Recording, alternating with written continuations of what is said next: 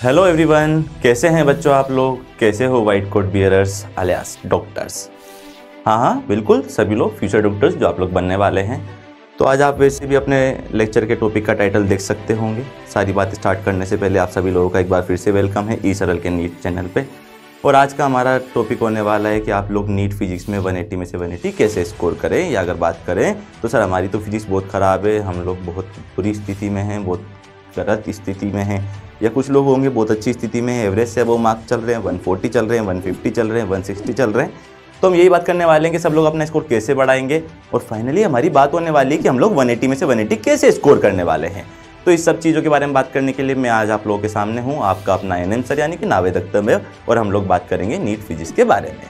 तो सबसे पहली कहानी, तो अगर हम इस बारे में बात करना स्टार्ट करते हैं तो फर्स्ट थिंग फर्स्ट कि सर इस बार नीट में क्वेश्चंस आने वाले हैं ओनली 180। आपके फिजिक्स में टोटल क्वेश्चंस जो अटेम्प्ट करने हैं आपको, वो अटेम्प्ट करने हैं 45। और कितने में से अटेम्प्ट करने हैं? आउट ऑफ 45 अटेम्प्ट करने हैं। यानी कि चॉइसेस की कहानी तो खत्म हो चुकी है। जैसे हमारा कोविड गया वैसे चॉइसेस भी चली गई। कुछ लोगों को थोड़ी सी मिली थी। अब जैसे ही चॉइसेस चली जा रही होती है वैसे ही ऐसा बोला जा रहा होता है कि कट ऑफ थोड़ी सी कम होगी। हम लोग इस सारी चीज़ों के बारे में परेशान होने के लिए यहाँ पर नहीं है। कट ऑफ कम होगी, सभी की कम होगी, मार्क्स गिरेंगे, सभी के गिरेंगे। हमें अपने नीट में फिजिक्स के मार्क्स को कैसे 180 लेके जाना है, हम लोग उसके बारे में बात करना चाहते हैं। तो सबसे पहले बात कर लें हम लोगों के पास में लेस देन 3 मंथ से। हाँ, आज एट जिस पॉइंट ऑफ टाइम पे हम बात कर रहे हैं ईयर के, उसके हिसाब से अपनी स्ट्रेटेजी बनाएंगे, उसके हिसाब से अपनी आगे की कहानी हम लोग पढ़ने वाले।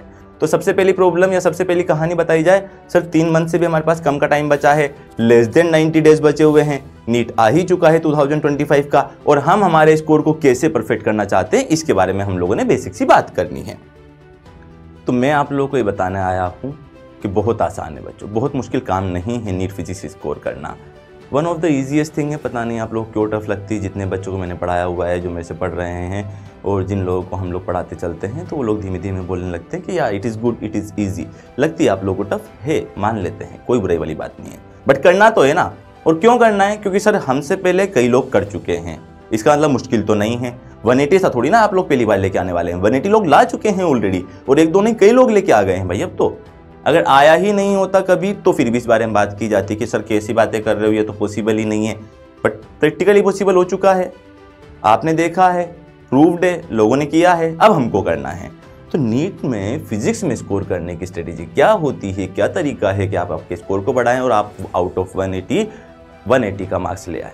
इसका क्या सिंपल बेसिक सा कंसेप्ट है। सबसे पहली चीज़ है सर, हम लोग आ जाते हैं टॉपिक के बारे में। लेस देन 3 मंथ है, लेस देन 90 डेज है, बहुत कम टाइम है। इतने कम टाइम में कैसे फिजिक्स को स्ट्रॉन्ग करना है, तो पॉइंट वाइज बात करने की कोशिश करता हूं बच्चों मैं आप लोगों से। सबसे पहली कहानी तो कॉन्फिडेंट रहें, पॉजिटिव एनर्जी से भरे रहें, और वन थिंग करने का है, मतलब करने का है। We need to do it. हमारे पास इसके अलावा कोई दूसरा ऑप्शन नहीं है। हमने 100% इसको करके बताना है। कैसे करके बताना है, कुछ पॉइंट वाइज बात करने की कोशिश करेंगे। सर सबसे पहली कहानी, हम लोगों को सारे चैप्टर्स, उन चैप्टर्स के कॉन्सेप्ट्स, फॉर्मूलाज सब कैसे होने चाहिए? फिंगर टिप्स पे मेमोराइज्ड होने चाहिए। सर कैसी बातें कर रहे हो, समझे नहीं क्या? बिल्कुल समझो, कंसेप्ट समझो, तभी क्वेश्चन समझ में आएगा। बट आज जिस पॉइंट ऑफ टाइम पे हम बात कर रहे हैं कि लेस देन 90 डेज बच रहे हैं, तो हम लोग इस बारे में बात करेंगे कि आपको हर चैप्टर के कंसेप्ट्स, हर चैप्टर के फॉर्मूले याद होने चाहिए। जिसको याद नहीं है वो याद कर लीजिए। याद करने का सिंपल सा तरीका क्या है? अपने क्लास नोट्स को फॉलो करते हुए चलिए। दोबारा, याद करने का सिंपल सा तरीका क्या है? अपने क्लास नोट्स को फॉलो करते हुए चलिए। क्लास नोट्स को फॉलो करने के साथ साथ क्या करेंगे सर? हम हमारे मटेरियल को फॉलो करेंगे। मटेरियल कौन सा फॉलो करेंगे सर? आप अपने अपने मॉड्यूल को फॉलो करिए, या आप एक कोई पर्टिकुलर बुक उठा के फॉलो कर लीजिए। पहली कहानी तो क्या होगा, जब हम कोई चैप्टर रीड करेंगे तो वहां से उसके सारे कॉन्सेप्ट्स को मेमोराइज करते हुए चलेंगे और एक फॉर्मूला शीट बनाएंगे। फॉर्मूला की शीट बनाने से क्या हेल्प होगा? इसको हम बोलते हैं कि जब हमारी फॉर्मूला शीट रेडी हो जाती है तो हम इसको बोलते हैं कि हमारा क्या रेडी हो जा रहा होता है सर? शॉर्ट नोट्स रेडी हो जा रहा होता है। क्या रेडी हो जा रहा होता है सर? हमारे शॉर्ट नोट्स रेडी हो जा रहे होते हैं। और शॉर्ट नोट्स कहाँ काम आते हैं? शॉर्ट नोट्स सर जब हम लोग किसी भी चैप्टर की एक्सरसाइज को अटेम्प्ट करते हैं तो क्विक रिवीजन में हेल्प करते हैं, जल्दी फॉर्मूला अप्लाई करने में हेल्प करते हैं। 1-2 पेज में किसी भी चैप्टर के शॉर्ट नोट्स रेडी किए, वहाँ से फॉर्मूला देखा, तुरंत क्वेश्चन अटेम्प्ट किया। उसके अलावा जब हम नीट देने जा रहे होंगे तो लास्ट मोमेंट ऑफ टाइम पे हमको किस में हेल्प कर रहे होंगे? क्विक रिवीजन में हेल्प कर रहे होंगे। अंडरस्टूड? पहला पॉइंट क्लियर है आप लोगों को कि हमने चैप्टर कंप्लीट किया, उसके कंसेप्ट्स पढ़े, कंसेप्ट्स मेमोराइज किए, फॉर्मूला शीट बनाई, फॉर्मूले मेमोराइज किए और फॉर्मूला शीट को हमने शॉर्ट नोट्स बोल दिया। इसके बाद क्या किया गया सर, हमने अपना क्लास नोट्स उठाए, उसके क्वेश्चंस प्रैक्टिस किए, एक अपना मटेरियल उठाया, उसके क्वेश्चंस प्रैक्टिस कर लिए। इन सब चीज़ों में कौन हेल्प करेगा? आपकी मटेरियल को उठा के मॉड्यूल ले लिया आपने आपका, या एक कोई पर्टिकुलर बुक उठा ली, उसको हेल्प कर लिया, उसको सोल्व कर लिया। उसके बाद पॉइंट नंबर 2 हम लोग क्या अप्लाई करने वाले हैं सर, हम लोग PYQs अटेम्प्ट करने वाले हैं। PYQs के बारे में सब बोलते हैं, मैं भी बोल रहा हूं, क्यों बोलना चाह रहे हैं? PYQ यानी कि प्रीवियस ईयर क्वेश्चंस, इनको अटेम्प्ट करने का रीजन होता है कि सर अभी तक के ईयर्स में जैसा नीट का पेपर पूछा गया है, अगर हम वो क्वेश्चंस लगा लें तो हमको ये पता लग जाता है कि नीट का पैटर्न क्या है क्वेश्चन पूछने का, नीट किस बेसिस पे क्वेश्चन पूछता है, नीट किस लेवल के क्वेश्चन पूछता है। ये सारा आइडिया आपको कौन देता है बच्चों? PYQs। तो आप लोग क्या हेल्प करेगी आपकी PYQs? आप लोगों का वो PYQs आपके पेपर को एनालाइज करने में हेल्प करेंगे। और जब आपको पहले से पता होगा कि पेपर इस लेवल का आता है तो हम उस तरीके से सोच सकते हैं, हमारा थॉट प्रोसेस बना सकते हैं, स्ट्रेटेजिकली चल सकते हैं और अच्छा स्कोर कर सकते हैं। और क्या तरीके हैं सर, और क्या तरीके हैं जिसके थ्रू हम हेल्प कर सकते हैं? PYQs किए, क्लास नोट्स किए, मटेरियल किया। जो आपने मटेरियल किया वो मटेरियल कौन हो सकता है? वो आपका मॉड्यूल हो सकता है कोचिंग का, या फिर वो आपकी कोई बुक हो सकती है। कितने क्वेश्चन अटेम्प्ट करने हैं sir? At this point of time मैं आपसे बोलना चाहूंगा कि आप on an average her chapter के 300 क्वेश्चंस पर चैप्टर अटेम्प्ट कर लीजिए। कैसे करें सर? किसी को तकलीफ है तो टाइम टेबल बना लो, सबका सिलेबस करीब करीब कंप्लीट हो चुका होगा, कुछ एक चीजें बाकी होगी। क्या करना है, रोज का एक चैप्टर खत्म करिए। रोज का एक चैप्टर खत्म भी करेंगे तो फरवरी में पूरी फिजिक्स निपटा देंगे। फिर भी हमारे पास मार्च बचेगा, अप्रैल बचेगा, जिसमें हम रिवाइजेशन कर रहे होंगे। चलो ठीक है सर, हमने मॉड्यूल भी लगा लिया, बुक भी लगा ली, कोई भी एक PYQs लगा ली, और आप बोल रहे हैं 300 क्वेश्चन अटेम्प्ट करने, वो भी कर दिए। इसके बाद क्या किया जाएगा? इसके बाद बच्चों मॉक टेस्ट अप्लाई किए जाएंगे।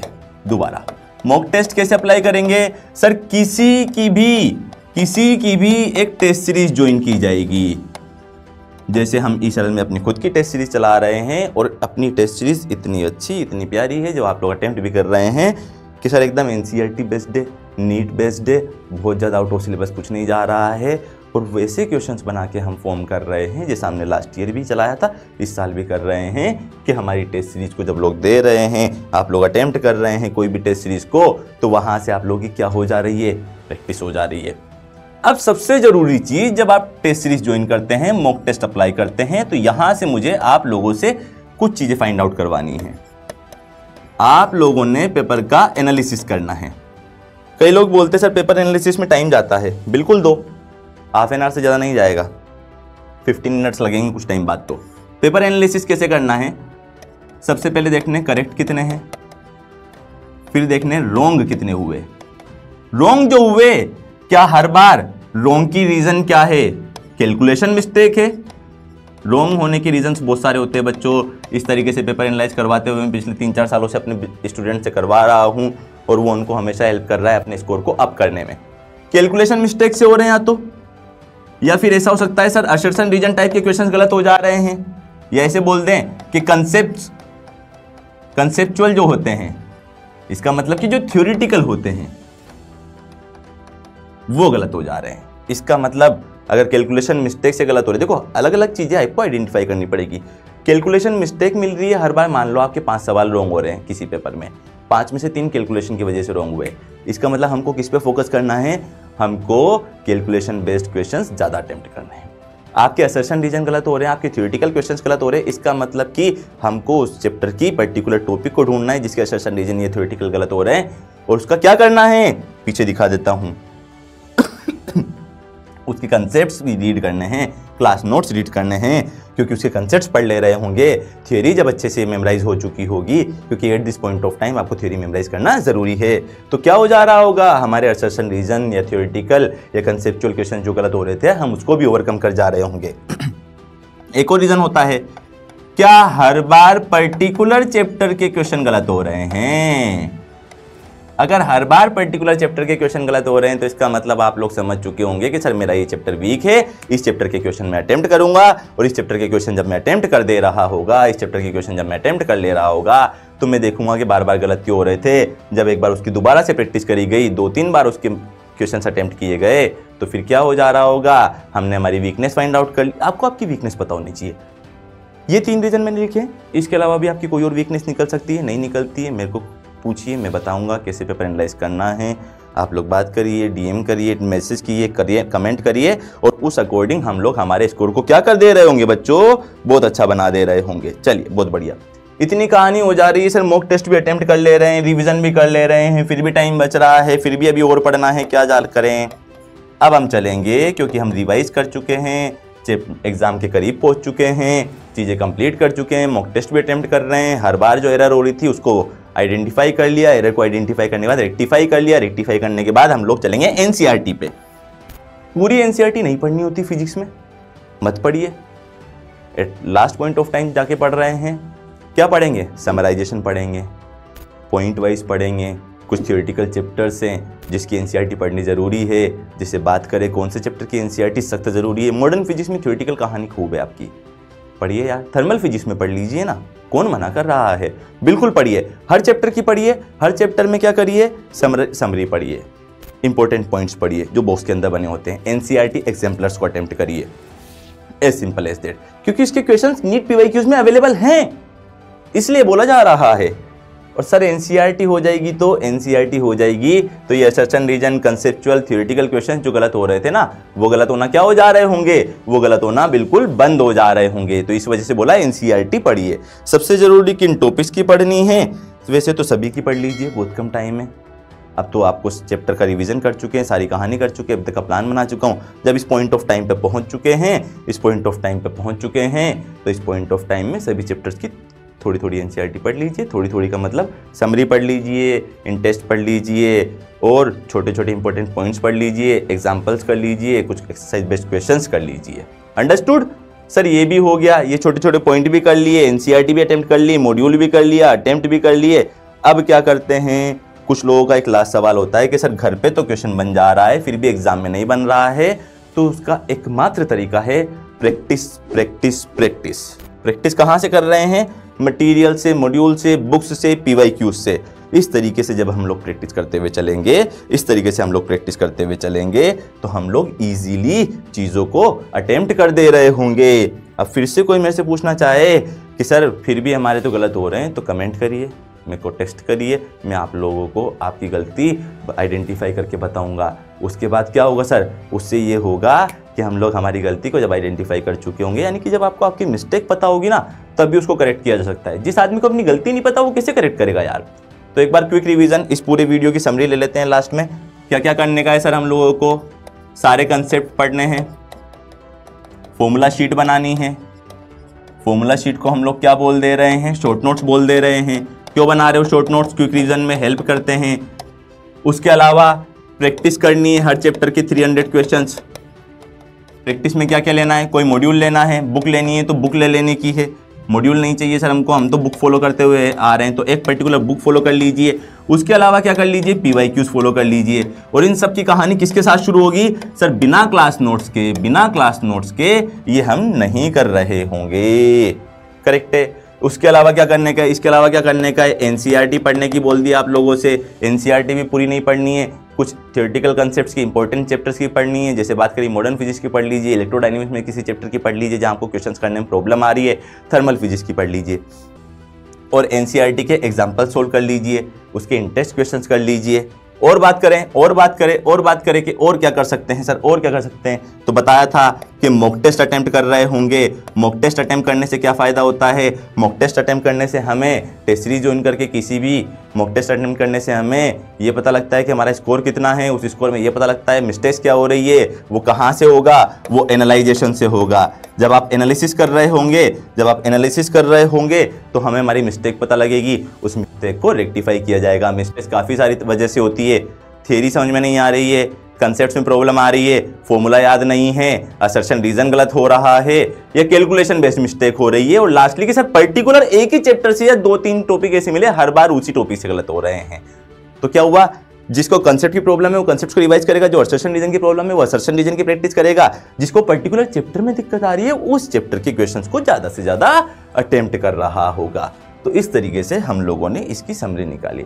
और फिर इससे क्या हो जा रहा होगा सर, इतनी कहानी जब हम कर ले रहे होंगे तो आप लोग देख पा रहे होंगे कि आप लोग किसके करीब पहुंच रहे होंगे, 180 आउट ऑफ 180 के करीब पहुंच रहे होंगे। और हम क्यों बात कर रहे हैं 180 आउट ऑफ 180 अटेम्प्ट करने की या अचीव करने की या ऑब्टेन करने की? सर क्योंकि लोग कर चुके हैं, तो इसका मतलब ये इम्पॉसिबल नहीं है, हम भी कर सकते हैं। और इस बार सबसे अच्छी बात यह है कि चॉइसेस नहीं है। चॉइसेस नहीं होने से क्या होता है सर, चॉइस जब नहीं होती है तो जो क्वेश्चन गिवन है वही करना रहता है। उससे क्या फ़ायदा हो जाता है सर, हो सकता है कि जब मैंने इतने अच्छे तरीके से स्टडी करी हो तो मैं तो सारे क्वेश्चन अटेम्प्ट कर दूँ, कोई दूसरा ना कर पाए जिसने नहीं करी हो। एज सिंपल एज दैट, यही कहानी है निकल के। तो क्या करने का है, जितने भी क्वेश्चन आए सारे करने के, कंपलसरी ये करने का। और हम 180 में से 180 क्यों स्कोर कर पा रहे, क्योंकि हमको पहले पता है 45 क्वेश्चन आएंगे, 45 अटेम्प्ट करने, उनमें सारे करेक्ट अटेम्प्ट कैसे करने, उसकी पूरी स्ट्रेटेजी मैंने आपको बताई। इसके अलावा अगर आपको फिर भी कोई डाउट आ रहा है, फिर भी कोई कहानी है, तो आप लोग कमेंट बॉक्स में अपना कमेंट कर दीजिए, मैं आप लोगों के सबके जवाब आंसर करता रहूंगा। तो बताइए बच्चों, क्या आप करेंगे 180 में से 180 स्कोर फिजिक्स में? हाँ बिल्कुल करेंगे। कैसे करेंगे सर? ये सारी कहानी, ये सारी समराइजेशन जो हमने पढ़ा इस अकॉर्डिंग कर रहे होंगे। फिर भी हमको कोई मिस्टेक मिल रही होगी, कोई गलती आ रही होगी, तो हम आपसे जरूर पूछ ले रहे होंगे। तो चलिए बच्चों, लग जाइए, लास्ट का कुछ समय बच रहा है, इसमें आप अपने अटेम्प्ट करने लग जाइए, अपनी प्रैक्टिस को बढ़ा दीजिए। बिल्कुल इधर उधर अपना टाइम वेस्ट ना करके सिंपल सा एक कंसेप्ट, एक मॉड्यूल, एक एक्सरसाइज, एक मटेरियल पकड़ के PYQs पकड़ के चलते हुए चलेंगे। और सर आने वाले नीट 2025 में हम सभी मिलके 180 में से 180 स्कोर करना चाह रहे होंगे अपने इंडिविजुअल। और जब हम दोबारा मिले तो हम बोले हेलो बच्चों, नहीं हेलो डॉक्टर्स, कैसे हैं आप सभी लोग? So thanks for listening to me, thanks for watching the video. I hope you liked it, I hope you must enjoy it. कहीं पर कोई भी प्रॉब्लम आ रही है तो just ask me. Thanks for everyone, thanks for listening, bye, take care everyone. One more thing, all the best.